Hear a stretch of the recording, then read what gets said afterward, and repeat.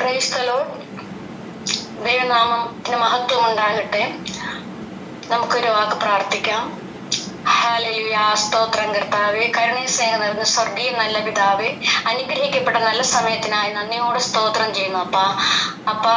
ഞങ്ങളിപ്പോൾ യോഹന്നാന്റെ ജീവചരിത്രമാണ് ഞങ്ങൾ പറയാൻ പോകുന്നത് കർത്താവെ. അത് കേൾക്കുന്ന മക്കളെയും കർത്താവെ, ഹല്ലേലൂയ സ്തോത്രം കർത്താവെ, അടിയനെയും താഴ്ത്തി ഏൽപ്പിക്കുന്നു അപ്പ. കർത്താവെ, അടിയനല്ല സംസാരിക്കുന്നത്, അങ്ങന്റെ നാവോടുകൂടി ഇരുന്നു കൊണ്ട് പരിശുദ്ധാത്മാവായ ദൈവമേ, ഇവർക്ക് വേണ്ടുന്നത് കർത്താവെ, ഈ മക്കൾക്ക് വേണ്ടുന്നത് അങ്ങ് വിളമ്പിക്കൊടുക്കണമേ. ആ ജീവചരിത്രം പറയുമ്പോൾ തോടോടുകൂടി പറയുവാനും കർത്താവെ, അതിൽ ഈ മക്കൾക്ക് ആവശ്യമായത് കർത്താവെ പറഞ്ഞു കൊടുക്കുവാൻ തക്കവണ്ണം അടിയന്റെ നാവിനെ ബലപ്പെടുത്തണമേ. പരിശുദ്ധാത്മാവെ, എന്നെ നിറയണമേ എന്ന് പ്രാർത്ഥിക്കുന്നു കർത്താവ്. ഈ കേൾക്കുന്ന മക്കളെയും അങ്ങ് നിറയ്ക്കുമാറാകണമേ എന്ന് പ്രാർത്ഥിക്കുന്നു. സകല പരിശുദ്ധാത്മാവിന്റെ കൃപയും ശക്തിയും കർത്താവെ ഞങ്ങൾ ഓരോരുത്തരും നിറയ്ക്കുന്നതിനാൽ നന്ദിയോടെ സ്തോത്രം കർത്താവെ. സകല മാനവമൊത്തം അങ്ങേക്ക് പ്രാർത്ഥന കേൾക്കും, യേശുവിന്റെ നാമത്തിൽ തന്നെ ആമേൻ. പ്രിയ സഹോദരങ്ങളെ, നമ്മൾ ഇപ്പോൾ വിശുദ്ധന്മാരുടെ ജീവചരിത്രത്തെ കുറിച്ചാണ് നമ്മൾ സംസാരിച്ചു കൊണ്ടിരിക്കുന്നത്. ഇന്ന് എനിക്ക് തന്നിരിക്കുന്ന വിഷയം എന്ന് പറയുന്നത് യോഹന്നാൻ അപ്പോസ്തലനെ കുറിച്ച് പറയാനാണ്. യോഹന്നാൻ അപ്പോസ്തലൻ യേശു ക്രിസ്തുവിന്റെ 12 ശിഷ്യന്മാരിൽ ഒരാളായിരുന്നു. അദ്ദേഹം സെബദിയുടെയും ശലോമിയുടെയും മകനായിരുന്നു. അദ്ദേഹത്തിന് 2 സഹോദരൻ കൂടി ഉണ്ടായിരുന്നു, യാക്കോബ്. ഇവർ വല കെട്ടിക്കൊണ്ടിരുന്നപ്പോഴാണ്, വലയിലെ കേടുപാടുകൾ തീർത്തുകൊണ്ടിരുന്നപ്പോഴാണ് യേശു ഈ ഇദ്ദേഹത്തെ ശിഷ്യനായിട്ട് തിരഞ്ഞെടുക്കുന്നത്. ഈ സഹോദരനെ സ്നേഹത്തിന്റെ അപ്പോസ്തലൻ എന്നും വിളിക്കപ്പെടുന്നു. സുവിശേഷം എഴുതിയവരിൽ 4 പേർ സുവിശേഷം എഴുതിയിട്ടുണ്ട്. അതിലൊരാളായിരുന്നു നമ്മുടെ സ്നേഹത്തിന്റെ അപ്പോസ്തലനായ യോഹന്നാൻ. ഇദ്ദേഹത്തിന്റെ സുവിശേഷത്തിൽ മറ്റുള്ളവരുടെ സുവിശേഷത്തെ അപേക്ഷിച്ച് ഇദ്ദേഹത്തിന്റെ സുവിശേഷം വ്യത്യസ്തതയായിരുന്നു. മറ്റുള്ളവരുടെ സുവിശേഷം എന്ന് പറയുന്നത് യേശുവിന്റെ വംശ പാരമ്പര്യാവലിയെ കുറിച്ച് പറയുമ്പോൾ ഇദ്ദേഹത്തിൻ്റെത് തുടങ്ങുന്നത് തന്നെ പിന്നെ ആദിയിൽ വചനമുണ്ടായിരുന്നു, വചനം ദൈവത്തോടു കൂടെയായിരുന്നു, വചനം ദൈവമായിരുന്നു, ഇങ്ങനെയായിരുന്നു. കാരണം കർത്താവിനെ യേശു വചനമായിരുന്നു എന്ന് അദ്ദേഹം ദൃഢമായി പറഞ്ഞു. ഇദ്ദേഹത്തിന്റെ സുവിശേഷങ്ങളിലെല്ലാം സ്നേഹത്തെ കുറിച്ചാണ് കൂടുതൽ സംസാരിക്കുന്നത്. അതുപോലെ തന്നെ ഈ അപ്പോസ്തലൻ കൃപയും സ്നേഹവും നിറഞ്ഞ അപ്പോസ്തലനായിരുന്നു. ഈ യോഹന്നാൻ എന്ന പേരിന്റെ അർത്ഥം തന്നെ കൃപ എന്നായിരുന്നു. ഇദ്ദേഹത്തിന് യോഹന്നാൻ അപ്പോസ്തലൻ മറ്റ് അപ്പോസ്തലനേക്കാൾ പ്രായം കുറഞ്ഞ അപ്പോസ്തലനായിരുന്നു. മറ്റ് അപ്പോസ്തലന്മാർ വിവാഹം കഴിച്ചിരുന്നു, ഈ അപ്പോസ്തലൻ വിവാഹം കഴിച്ചിരുന്നില്ല. അത് യേശു കൂടുതൽ സ്നേഹിച്ചിരുന്നത് നമ്മുടെ യോഹന്നാൻ അപ്പോസ്തലനായിരുന്നു. കാരണം ഇദ്ദേഹം എപ്പോഴും യേശുവിന്റെ മാറോട് ചാരി ഇരുന്നു കൊണ്ടാണ് കാര്യങ്ങൾ ശ്രദ്ധിച്ചുകൊണ്ടിരുന്നത്. ആ യേശുവിന്റെ ഹൃദയസ്പന്ദനം എപ്പോഴും കേൾക്കുവാൻ ഇഷ്ടപ്പെട്ടിരുന്ന ഒരു അപ്പോസ്തലനായിരുന്നു യോഹന്നാൻ. ഇദ്ദേഹം ഏത് പ്രതിസന്ധിയിലും പതറാതെ നിന്ന ഒരു വ്യക്തി ജീവിതമായിരുന്നു. മറ്റുള്ള ശിഷ്യന്മാർ രക്തസാക്ഷിത്വം വഹിച്ചാണ് മരിച്ചത്. പക്ഷെ നമ്മളുടെ ഈ അപ്പോസ്തലൻ രക്തസാക്ഷിത്വം വരിച്ചല്ല മരിച്ചത്. അദ്ദേഹം മരിച്ചത് വാർദ്ധക്യത്തിലായിട്ട് 94 വയസ്സിലും അദ്ദേഹം ശുശ്രൂഷ ചെയ്തു. അത് കഴിഞ്ഞൊരു 100 വയസ്സോളം ആയപ്പോഴാണ് ഇദ്ദേഹം മരണപ്പെട്ടത് തന്നെ. ഇദ്ദേഹത്തിന്റെ യേശു സ്നേഹിക്കുന്ന ശിഷ്യന്മാരിൽ 3 ശിഷ്യന്മാരെയാണ് യേശു ഏറ്റവും കൂടുതൽ സ്നേഹിച്ചിരുന്നത്. അതിലൊരു ശിഷ്യനായിരുന്നു യോഹന്നാൻ. യേശുവിന്റെ രൂപാന്തരീകരണ സമയത്ത് ഈ അപ്പോസ്തലൻ കൂടെ ഉണ്ടായിരുന്നു. പിന്നെ ഗായിറോസിന്റെ മകളെ ഉയർപ്പിച്ചപ്പോഴും ഈ ശിഷ്യൻ കൂടെ ഉണ്ടായിരുന്നു.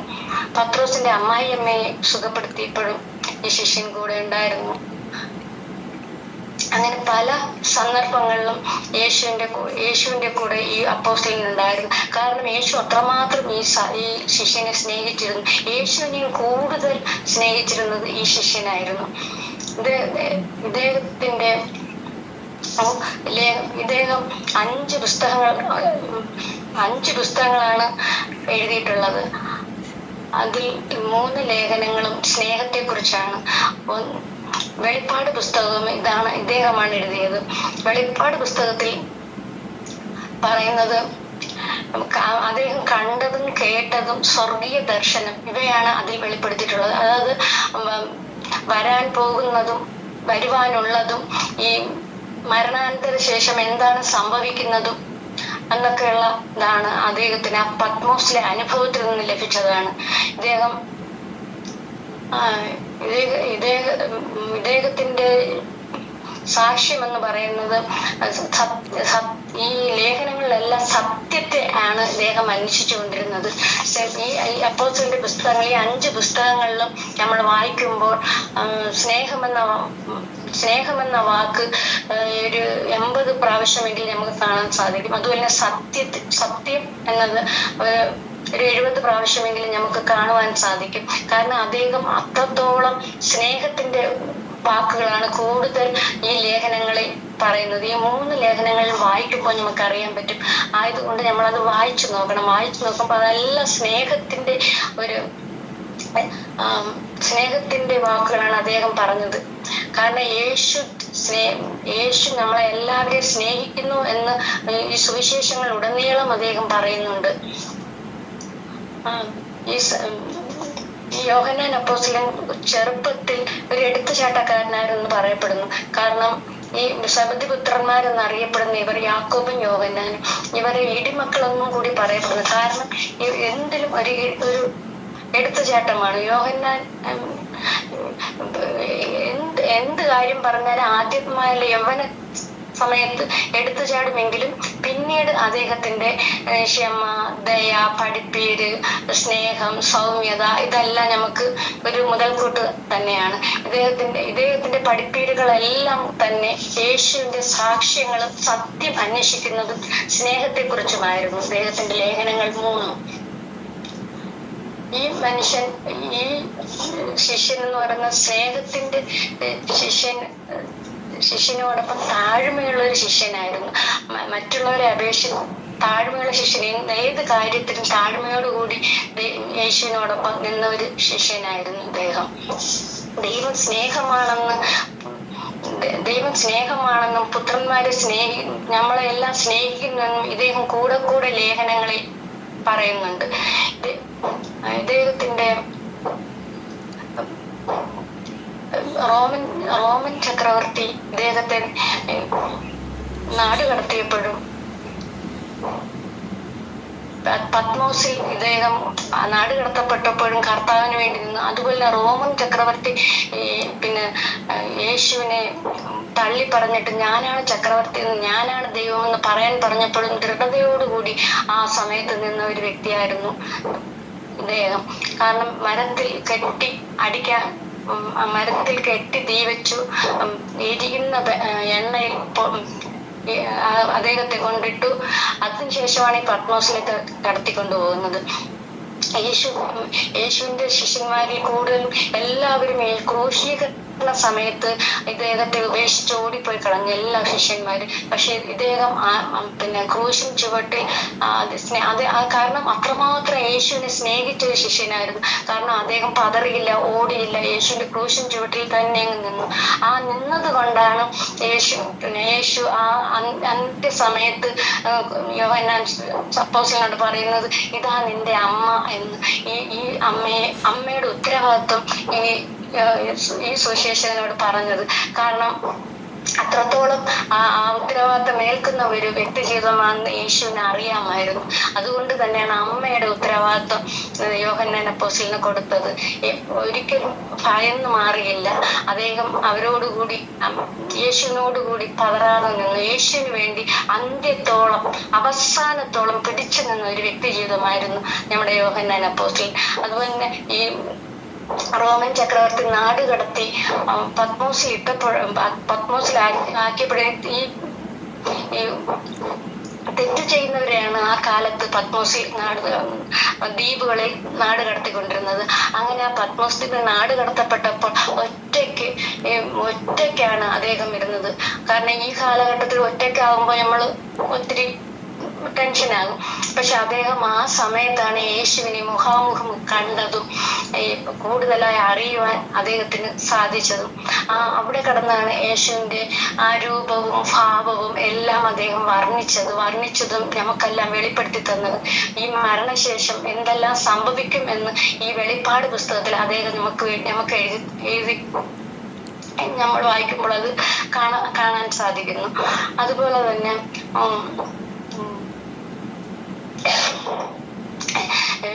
ഇദ്ദേഹത്തിന്റെ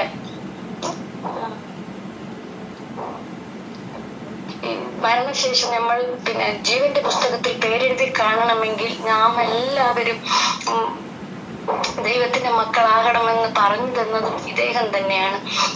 അതുകൊണ്ട് വെളിപ്പാട് പുസ്തകം നമ്മൾ വായിക്കണം. വെളിപ്പാട് പുസ്തകം, ദൈവത്തിന്റെ ലേഖനങ്ങൾ, സുവിശേഷങ്ങൾ എല്ലാം വായിക്കുമ്പോൾ നമ്മൾ ഏറ്റവും യേശുവിനെ കൂടുതൽ അറിയുവാനും കൂടുതൽ സ്നേഹിക്കുവാനും നമുക്ക് ഈ അപ്പോസ്തലൻ നമുക്ക് പ്രചോദനം നൽകുന്നു.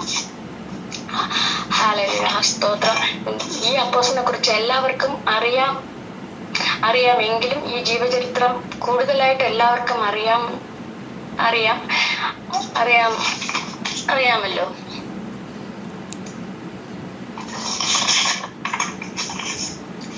അദ്ദേഹം കർത്തൃ ദിവസത്തിൽ ആത്മവിവശനായിട്ടാണ് ഇത് എഴുതുന്നത്. കണ്ടതും കേട്ടതും സ്വർഗീയ ദർശനങ്ങളും പിന്നെ വരുവാനുള്ളതുമാണ് ഇതിൽ എഴുതിയിരിക്കുന്നത്.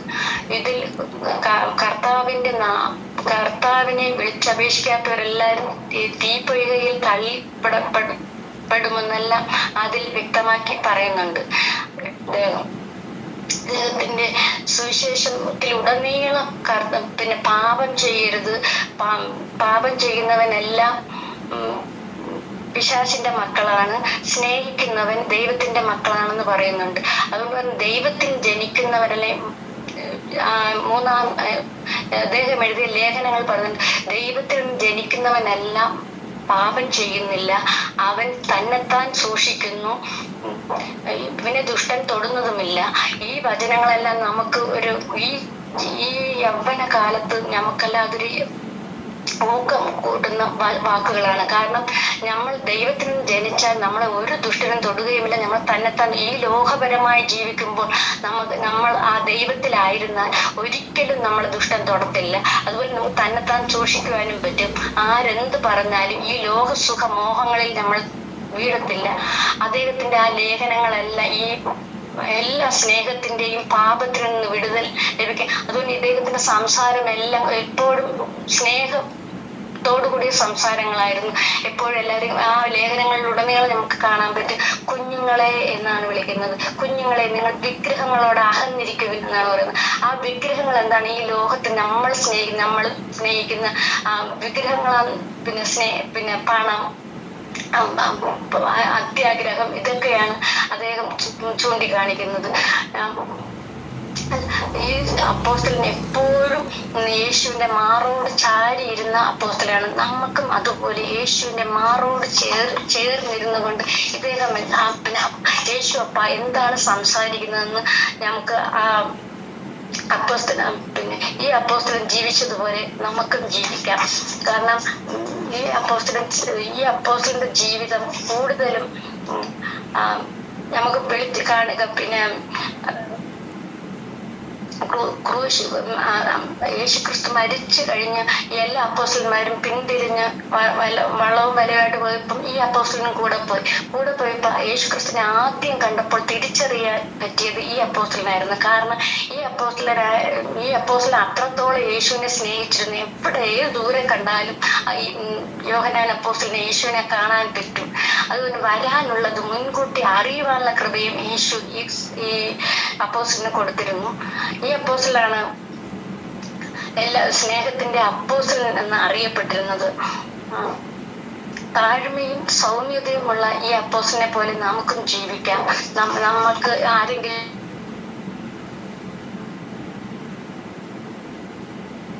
എന്റെ വലിയ മക്കളെന്ന് അതുകൊണ്ടാണ് പേരുന്നത്. ആദ്യ യൗവനകാലത്ത് ഭയങ്കര ദേഷ്യവും എല്ലാം ആയിരുന്നെങ്കിലും പിൽക്കാലത്ത് യേശുവിനോട് ചേർന്ന് നിന്നപ്പോൾ, യേശുവിന്റെ വാക്കനുസരിച്ച് നടന്നപ്പോൾ ഇദ്ദേഹവും എല്ലാവരെയും സ്നേഹിക്കുവാനും എല്ലാവർക്കും വേണ്ടിയും ജീവിക്കുവാനും ഏത് പ്രതികൂലത്തിലും യേശുവിനെ പറ്റി പറയുവാനും ഇദ്ദേഹത്തിന് സാധിച്ചു.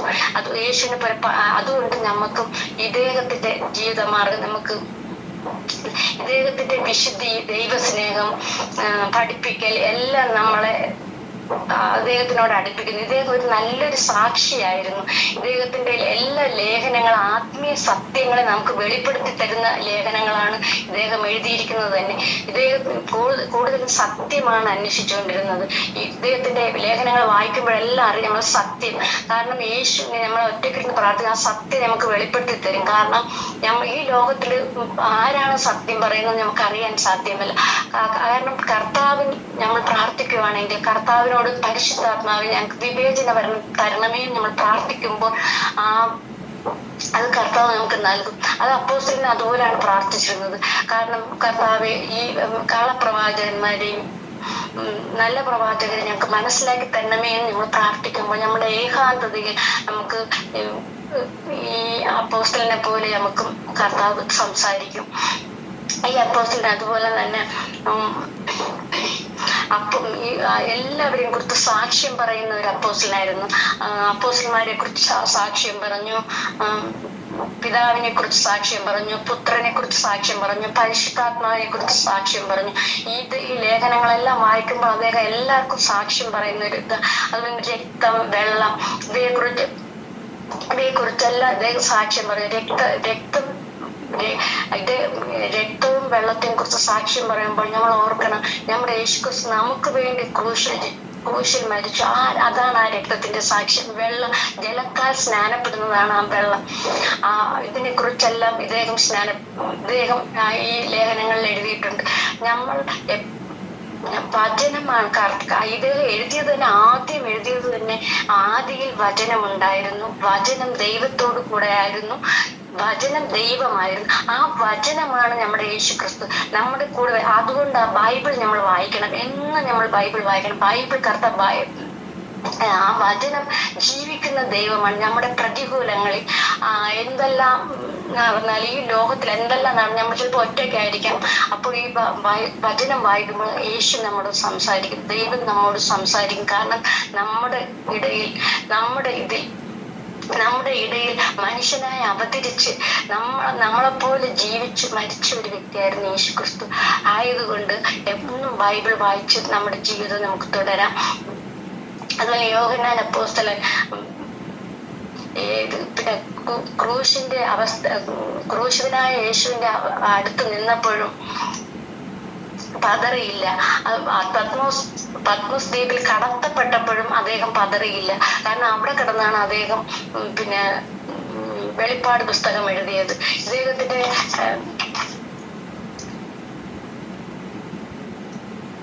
ഇദ്ദേഹം കടത്തപ്പെട്ട് അവിടുന്ന് അത് മോചിതനായി വന്നതിന് ശേഷം 94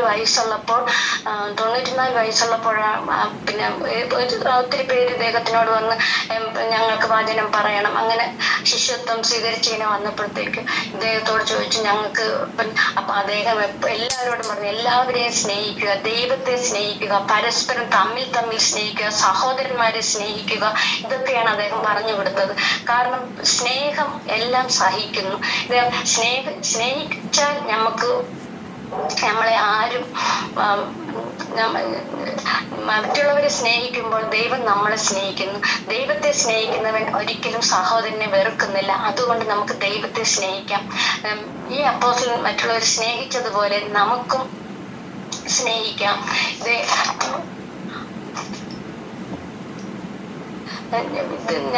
ഈ 2026 ഈ തിരക്ക് പിടിച്ച ജീവിതത്തിൽ നമുക്ക് എങ്ങനെ ഈ അപ്പോസ്തലന്റെ ജീവിതം നമുക്ക് ജീവിതത്തിൽ പ്രാവർത്തികമാക്കാമെന്ന് നോക്കാം.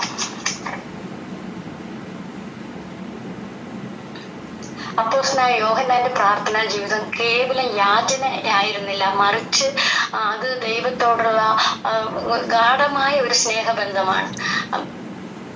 2026 ഈ തിരക്ക് പിടിച്ച ഈ ജീവിതത്തിൽ നമുക്ക് പണത്തിന്റെ പിന്നാലെ പായുന്നവരുണ്ട്, ലോകത്തിന്റെ പിന്നാലെ പായുന്ന പലരുമുണ്ട്. നമ്മൾ ഈ ഇദ്ദേഹത്തിന്റെ പ്രാർത്ഥനാ ജീവിതം നമുക്ക് മോഡലാക്കാം.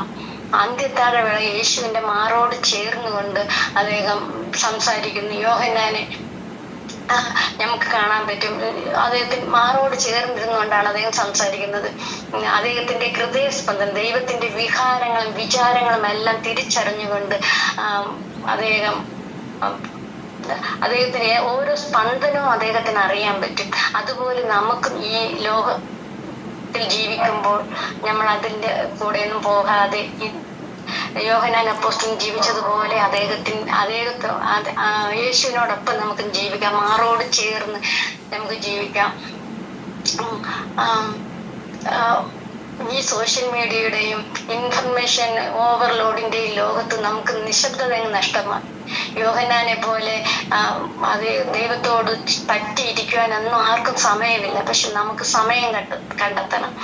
നമ്മൾ അദ്ദേഹത്തിന്റെ പഠിപ്പിലൂടെ പറയുന്നു. കാരണം നമുക്ക് ഈ മീഡിയയുടെ പുറകിലൊക്കെ നമ്മൾ ഓടിപ്പോകുമ്പോൾ യേശുവിന്റെ ശബ്ദം കേൾക്കാൻ നമുക്ക് സമയമില്ല. പക്ഷെ അദ്ദേഹം പഠിപ്പിക്കുന്നു, ഒറ്റയ്ക്ക് യേശുവിന്റെ ഹൃദയത്തോട് ചാരി ഇരുന്ന് നിങ്ങൾ കേൾക്കുകയാണെങ്കിൽ യേശു ഓരോ കാര്യവും, നമുക്ക് ഇന്ന് സംഭവിക്കാൻ പോകുന്ന ഓരോ അവസ്ഥയും യേശു നമുക്ക് വെളിപ്പെടുത്തി. ഏത് പ്രതിസന്ധികളിലും ഓടിപ്പോകാത്ത പ്രാർത്ഥനയായിരുന്നു ഇദ്ദേഹത്തിൻ്റെത്. അതുപോലെ ഭയം, അരിഷ്ടിതാവസ്ഥ നിറഞ്ഞ സാഹചര്യങ്ങൾ, പ്രാർത്ഥനയിൽ ഉറച്ചു നിൽക്കാൻ നമ്മെ പഠിപ്പിക്കുന്നത് ഇദ്ദേഹമാണ്. അതുപോലെ മറ്റ് ശിഷ്യന്മാർ ഓടിപ്പോയ സാഹചര്യത്തിലും ഇദ്ദേഹം പതറാതെ ക്രൂശിന്റെ മുമ്പിൽ നിന്നു. അതുകൊണ്ട് തന്നെയാണല്ലോ അമ്മയായ മറിയത്തിനെ ഇദ്ദേഹത്തിന്റെ സുരക്ഷിതത്വത്തെ ഇദ്ദേഹത്തിനോട് ഏൽപ്പിച്ചത്. അതുകൊണ്ട് ഈ ശിഷ്യൻ പതറാതെ നിന്നതുപോലെ നമുക്കും അപകടങ്ങൾക്കിടയിൽ ദൈവ സാന്നിധ്യം നിൽക്കുന്നതായിരുന്നു ഇദ്ദേഹത്തിന്റെ. അതുപോലെ ഓരോ അപകടങ്ങൾ ഉണ്ടാകുമ്പോൾ, ഓരോ പ്രതിസന്ധികൾ ഉണ്ടാകുമ്പോൾ, പീഡനങ്ങൾ ഉണ്ടാകുമ്പോൾ പലപ്പോഴും പല യൗവനക്കാരും ഉപേക്ഷിച്ചു പോകാറുണ്ട്. പക്ഷെ ഇദ്ദേഹത്തിന്റെ ആ മാതൃകയെ നമ്മൾ പിൻപറ്റണം. ഇദ്ദേഹം ഒരിക്കലും അത് പല യൗവനക്കാരും വിശ്വാസം ഉപേക്ഷിച്ച് പീഡനങ്ങൾ ഉണ്ടാകുമ്പോൾ, പ്രതിസന്ധി ഉണ്ടാകുമ്പോഴെല്ലാം പല യൗവനക്കാരും സുവിശേഷം പറയുന്നവർ തന്നെ അതൊക്കെ ഉപേക്ഷിച്ച്, ദൈവവേല ഉപേക്ഷിച്ച് അവർ വിട്ടുപോകുന്നു.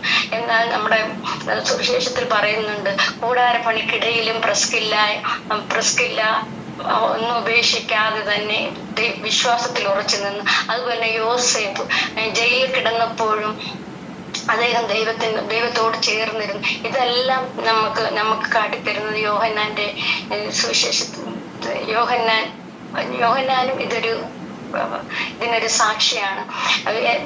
സത്യത്തിന്റെ സാക്ഷ്യം വഹിക്കുന്ന ഒരു ജീവിതമാണ് യോഹന്നാൻ അപ്പോസ്തലൻ ജീവിച്ചത്. സ്നേഹത്തിൽ അധിഷ്ഠിതമായ ഒരു പ്രാർത്ഥനാ ജീവിതമായിരുന്നു ഇദ്ദേഹത്തിൻ്റെത്. കാരണം നമ്മൾക്ക് ദൈവത്തോട് പ്രാർത്ഥിക്കുമ്പോൾ നിർബന്ധിച്ചല്ല പ്രാർത്ഥിക്കേണ്ടത്. അദ്ദേഹം ഈ ലേഖനങ്ങളിലുടനീളം, കാരണം ഇദ്ദേഹത്തെ യേശു ഇഷ്ടപ്പെട്ടിരുന്നത് കൊണ്ട് ഇദ്ദേഹത്തിന് എല്ലാം വരുവാനുള്ളത് ഇനിയുള്ളതെല്ലാം കർത്താവ് വെളിപ്പെടുത്തി കൊടുത്തിട്ടുണ്ടായിരുന്നു. അതുപോലെ തന്നെ ദൈവത്തെ നമുക്ക് നിർബന്ധിച്ചില്ല. കർത്താവിന് നമ്മൾ പറയുന്നതിന് മുമ്പേ നമ്മുടെ ആവശ്യങ്ങളെല്ലാം അറിയും. അതുകൊണ്ട് നമ്മൾ ദൈവത്തെ സ്നേഹിച്ച് വേണം, നിർബന്ധിക്കപ്പെടുന്നതല്ല. നമ്മൾ സ്നേഹിച്ച് വേണം നമ്മുടെ കർത്താവിന്. നമ്മൾ സ്നേഹിക്കുമ്പോൾ കർത്താവ് നമുക്ക് വേണ്ടുന്നതെല്ലാം നമുക്ക് തരും. ഇപ്പോൾ നമ്മൾ കർത്താവിനെ സ്നേഹിക്കുവാൻ ഈ സ്നേഹത്തിന്റെ അപ്പോസ്തലൻ നമുക്ക് പ്രചോദനം തരുന്നു. അതുപോലെ തന്നെ യോഹന്നാന്റെ ലേഖനങ്ങളിലെ എല്ലാം കൂടുതൽ നമ്മൾ വായിക്കുമ്പോഴെല്ലാം, പ്രിയ മക്കളെ, നിങ്ങൾ അത് ലേഖനങ്ങൾ വായിക്കണം. കാരണം ആ ലേഖനങ്ങൾ വായിക്കുമ്പോൾ തന്നെ നമ്മൾ ഒരിക്കലും ദേഷിക്കത്തില്ല, കോപിക്കത്തില്ല. കാരണം അത്രത്തോളം താഴ്മയും എളിമയോടും കൂടിയാണ് ആ അപ്പോസ്തലൻ എഴുതിയിരിക്കുന്നത്. ഇദ്ദേഹത്തിന്റെ ഈ സുവിശേഷം എഴുതിയപ്പോൾ തന്നെ പല സ്ഥലങ്ങളിലും ഇദ്ദേഹം പിന്നെ മറ്റ് ശിഷ്യൻ, വേറെ അങ്ങനെയൊക്കെയാണ് വാക്കുകൾ ഉപയോഗിച്ചിരുന്നത്. യേശുവിനോട് ചേർന്നിരുന്ന ശിഷ്യൻ ഇങ്ങനെയൊക്കെയാണ്. കാരണം അദ്ദേഹം അത്രയ്ക്ക് താഴ്മയുള്ള, സ്വന്തം പേര് പോലും വെളിപ്പെടുത്താൻ ആഗ്രഹിക്കാതെ സ്വന്തം പിന്നെ അത്രയ്ക്ക് താഴ്മയും എളിമയുള്ള ഒരു അപ്പോസ്തലൻ. നമുക്കും അതുപോലെ ജീവിക്കാം. അതുപോലെ തന്നെ ഇദ്ദേഹത്തിന്റെ യോഹന്നാന്റെ ലേഖനങ്ങൾ സ്നേഹത്തിന്റെ ഊന്നലാണ് കൂടുതലും. ദൈവത്തെ സ്നേഹിക്കുവാൻ പ്രാർത്ഥനയിൽ അദ്ദേഹം പിന്നെ യേശുവുമായി ഒന്നായി തീരുന്നതിനും പിന്നെ സ്വാർത്ഥതയും ഈ അകൃത്യവും നിറഞ്ഞ ഈ കാലത്ത് നിസ്വാർത്ഥമായ സ്നേഹം പ്രയോജനമാക്കുവാൻ യോഹന്നാൻ നമുക്ക് ഒരു മാതൃക തന്നെയാണ്. കാരണം ഈ നിസ്വാർത്ഥമായ സ്നേഹം ഈ യോഹന്നാനെ പഠിക്കുമ്പോൾ, ഈ യോഹന്നാന്റെ സുവിശേഷത്തിലായാലും ശരി, ലേഖനങ്ങളിലായിരുന്നാലും ശരി, എല്ലാം സ്നേഹത്തെ കുറിച്ചാണ് അദ്ദേഹം പറയുന്നത്. അതുകൊണ്ട് ഈ ലോകത്ത് നമുക്ക് മറ്റുള്ളവരെ സ്നേഹിക്കുമ്പോൾ പ്രതിഫലം കാക്കാതെ നമുക്ക് ആത്മാർത്ഥമായി പരസ്പരം നമുക്ക് സ്നേഹിക്കാം. സഹോദരങ്ങളെ ദൈവതുല്യമായി സ്നേഹിക്കാം. അവർക്ക് എന്താണ് ആവശ്യം അത് നമുക്ക് നടത്തിക്കൊടുക്കാം. ഈ കാലത്ത് നമുക്ക് ഈ യോഹന്നാനെ പോലെ നമുക്കും ജീവിക്കാം. അതുപോലെ പത്മോസിലെ അനുഭവം, പിന്നെ പത്മോസിലെ അനുഭവം നോക്കുമ്പോൾ അതും നമുക്കൊരു മാതൃകയാണ്. ഈ കാലത്ത് പിന്നെ ഡിപ്രഷനിലും ഒറ്റപ്പെടലുകള്, പിന്നെ യുവാക്കളും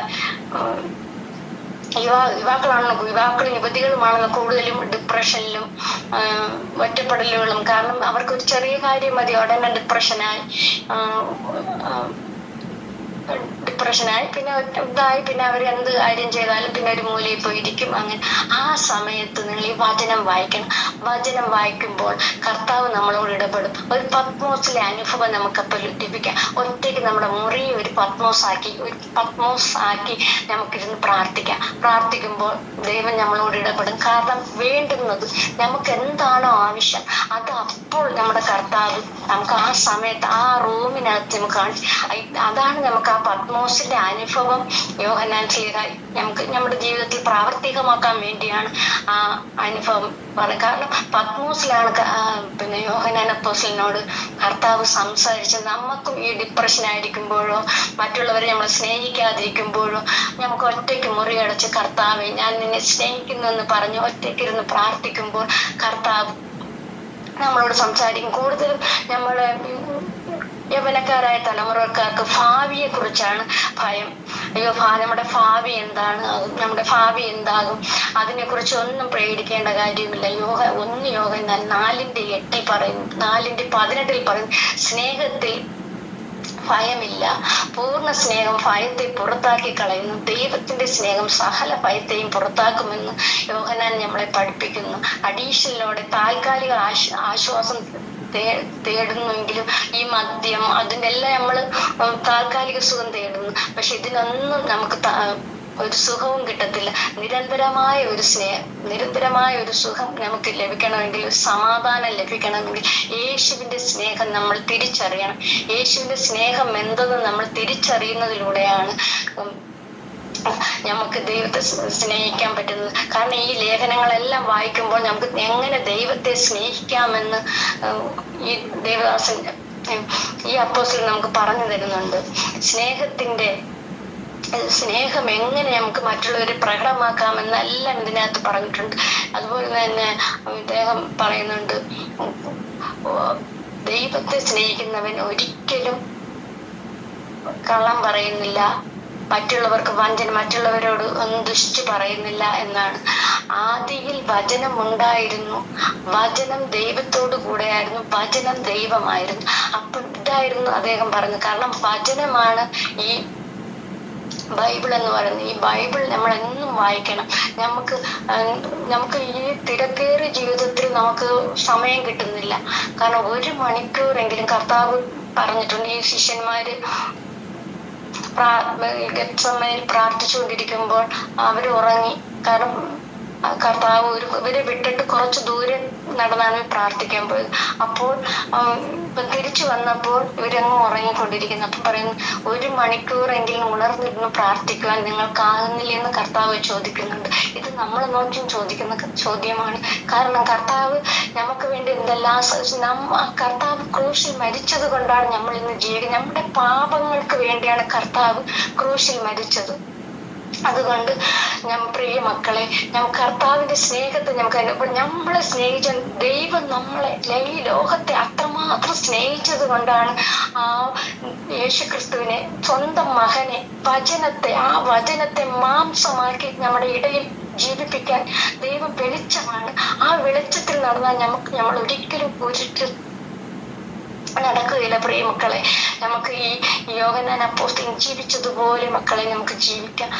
കാരണം ഈ ലേഖനങ്ങൾ ഓരോ ദിവസവും നിങ്ങൾ വായിക്കണം. ഈ ജീവചരിത്രം പൂർണ്ണമായും ഞാൻ പറഞ്ഞില്ല, കാരണം എല്ലാവർക്കും എല്ലാം അറിയാമല്ലോ. കാരണം ഇതിലൂടെ നമുക്ക് ഈ ജീവചരിത്രത്തിൽ, യോഹന്നാൻ അപ്പോസ്തലൻ ജീവചരിത്രത്തിൽ കൂടി ഈ ജനറേഷൻ എങ്ങനെ പ്രയോജനപ്പെടുത്താം എന്നതായിരുന്നു വിഷയം. അതുകൊണ്ടാണ് അത് പൂർണ്ണമാക്കാതെ വിട്ടത്. മക്കളെ, ആയതുകൊണ്ട് യോഹന്നാൻ അപ്പോസ്തലനെ പോലെ തന്നെ മക്കളെ നമുക്ക് പരസ്പരം ബഹുമാനിക്കാം, സ്നേഹിക്കാം.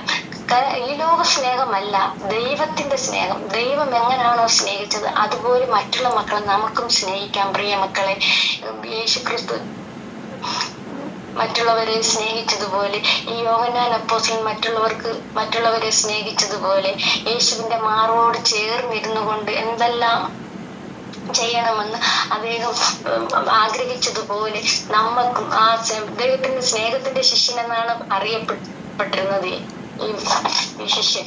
അതുകൊണ്ട് ഈ ശിഷ്യനെ പോലെ നമ്മളെ മറ്റുള്ളവർ കാണുമ്പോൾ ഈ മക്കൾ സ്നേഹത്തിന്റെ മക്കളാണ് എന്ന് പറയണം. അതുപോലെ നമ്മൾ പഠിക്കാൻ പോകുമ്പോഴും ജോലിക്ക് പോകുമ്പോഴും അവിടെ എന്തെല്ലാം പ്രതികൂലങ്ങൾ ഉണ്ടായാലും ആരോടും ദേഷിക്കാതെ പരിശുദ്ധാത്മാവിനെ വിളിച്ച് പ്രാർത്ഥിക്കണം. യേശു, എനിക്ക് അങ്ങേ സ്നേഹിക്കാൻ എനിക്ക് കൃപ തരണമേ എന്ന് പ്രാർത്ഥിക്കണം.